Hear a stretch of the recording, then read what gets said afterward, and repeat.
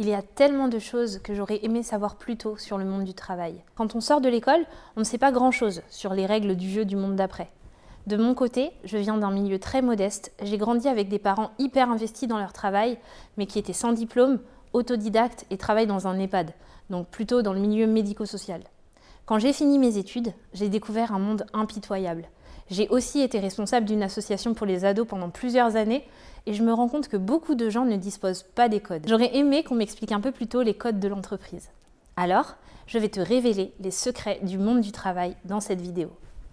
Je m'appelle Emmanuelle, je suis la CEO de Scale You Up et après 10 ans en tant que DRH et entrepreneur, je te parle sur ma chaîne de recrutement, de business et d'entrepreneuriat avec les coulisses de mon parcours. Si tu es nouveau, abonne-toi et clique sur la petite cloche pour recevoir les nouvelles notifications. Je suis arrivée sur le marché du travail très jeune, avec mon premier poste de cadre à 21 ans.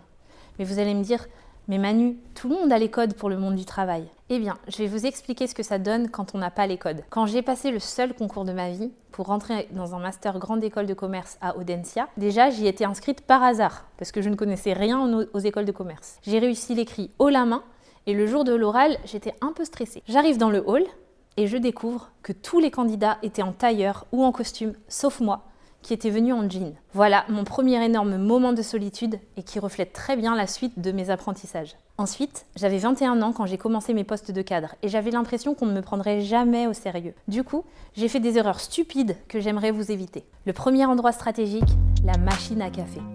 C'est l'équivalent de la cour de récré à l'école.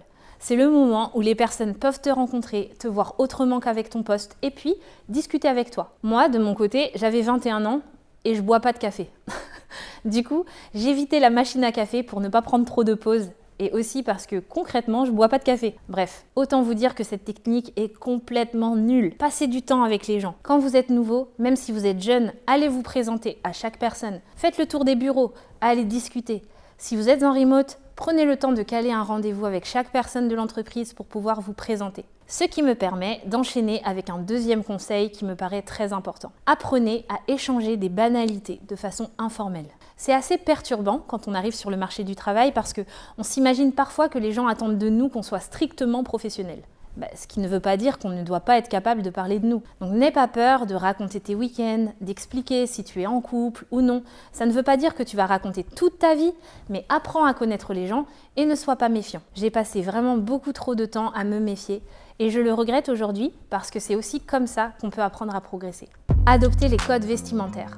Ça, c'est vraiment la base, mais je ne saurais que trop vous conseiller d'observer le style vestimentaire pratiqué dans votre entreprise quand vous venez pour les entretiens. Notamment si vous travaillez dans les médias parisiens, les banques assurances, les startups, c'est très important. Et un truc vraiment important aussi, c'est que je rencontre beaucoup de candidats ou de personnes un petit peu rebelles du monde du travail qui veulent avoir leur propre personnalité, aller à l'encontre des règles, ne pas vouloir rentrer dans le game.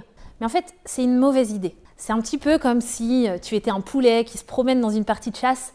Tu vas finir en nuggets, ce serait dommage. J'étais aussi un petit peu comme ça, mais en fait le problème, c'est que j'ai été très mal jugée. Et le plus grand apprentissage que j'en ai tiré, c'est que tu ne peux pas en vouloir aux gens de te prendre pour ce que tu montres. Si tu veux être un rebelle, tu seras vu comme un rebelle, qui ne fait pas avancer, qui est fatigant pour le collectif.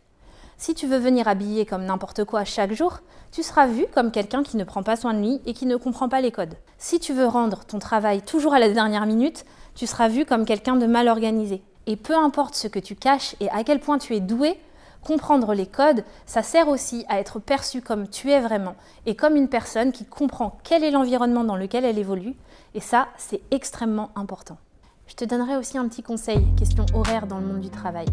Donne-toi si tu veux quelque chose. Le 9h-17h et les gens qui partent pile à l'heure, ça montre aussi ce que leur travail représente pour eux. Il n'y a vraiment aucun mal à faire juste ce qu'on te demande. Et personne ne pourra te blâmer de ça. Même si en France, il y aura forcément des patrons qui te feront quelques remarques sur le sujet. Mais en réalité, si tu veux juste être un sportif du dimanche et courir de temps en temps, il n'y a aucun problème. Par contre, tu ne pourras pas te plaindre de ne pas pouvoir être sélectionné pour les Jeux Olympiques. C'est pareil sur le plan professionnel. Si tu apprends à faire de ton mieux, à t'investir et à prendre au sérieux ton travail, ça payera. Je sais que c'est complètement à contre-courant des trends 2022 qui vont te dire de t'occuper de tout sauf de ton travail, mais dans le concret, apprends à te donner pour ce que tu fais. Un autre conseil que je peux te donner, prends des responsabilités en dehors de ton scope. Je vais te donner un vrai conseil. Les gens qui se font le plus avoir sont ceux qui ont le plus peur de se faire avoir. Ils vont refuser de prendre des responsabilités qui sortent de leur fiche de poste, ils vont refuser de prendre des dossiers supplémentaires ou d'accepter des tâches qui les font sortir de leur zone de confort. Leur raison ? Ils ont peur de se faire avoir. Ils veulent être rémunérés pour cela. Ils veulent être formés. Mais en fait, c'est justement en acceptant les dossiers exceptionnels que tu vas pouvoir apprendre. Poursuis l'apprentissage dans le monde du travail. Apprends sur le travail des autres. Intéresse-toi aux autres départements. Propose ton aide et tu vas vraiment pouvoir progresser très vite. Le schéma, c'est le suivant. Tu es dans ta zone de confort, tu acceptes des missions qui sortent de ton cadre, tu vas gagner en compétences, tu vas gagner aussi en assurance et tu vas te retrouver dans la zone qui mérite l'augmentation. Un autre conseil que je peux te donner, ne raconte pas trop ta vie. Autant il faut apprendre à dire des banalités, autant il faut mesurer à qui tu parles. Quand on est une personne très sincère, comme j'ai pu l'être, c'est parfois très difficile de mesurer à qui on s'adresse et de savoir ce qu'on peut dire ou non.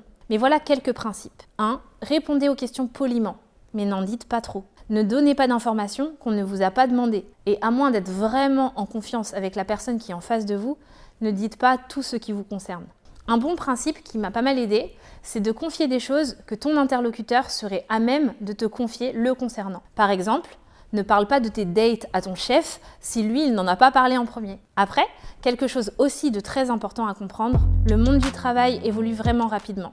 Donc les conseils que je vous ai donnés ne sont pas valables pour tous les environnements et toutes les époques. Mais l'idée vraiment importante, c'est qu'il faut constamment essayer de comprendre quels sont les enjeux et d'essayer de t'y adapter. Par exemple, dans une start-up, les codes sont vraiment différents. On va attendre de toi plus de proximité, plus d'agilité, pas de distance.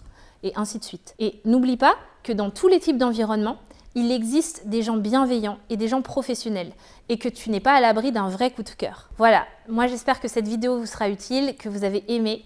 N'oubliez pas de me donner de la force en vous abonnant, en activant la petite cloche pour être prévenu des prochaines vidéos et puis surtout, partagez autour de vous. À très bientôt!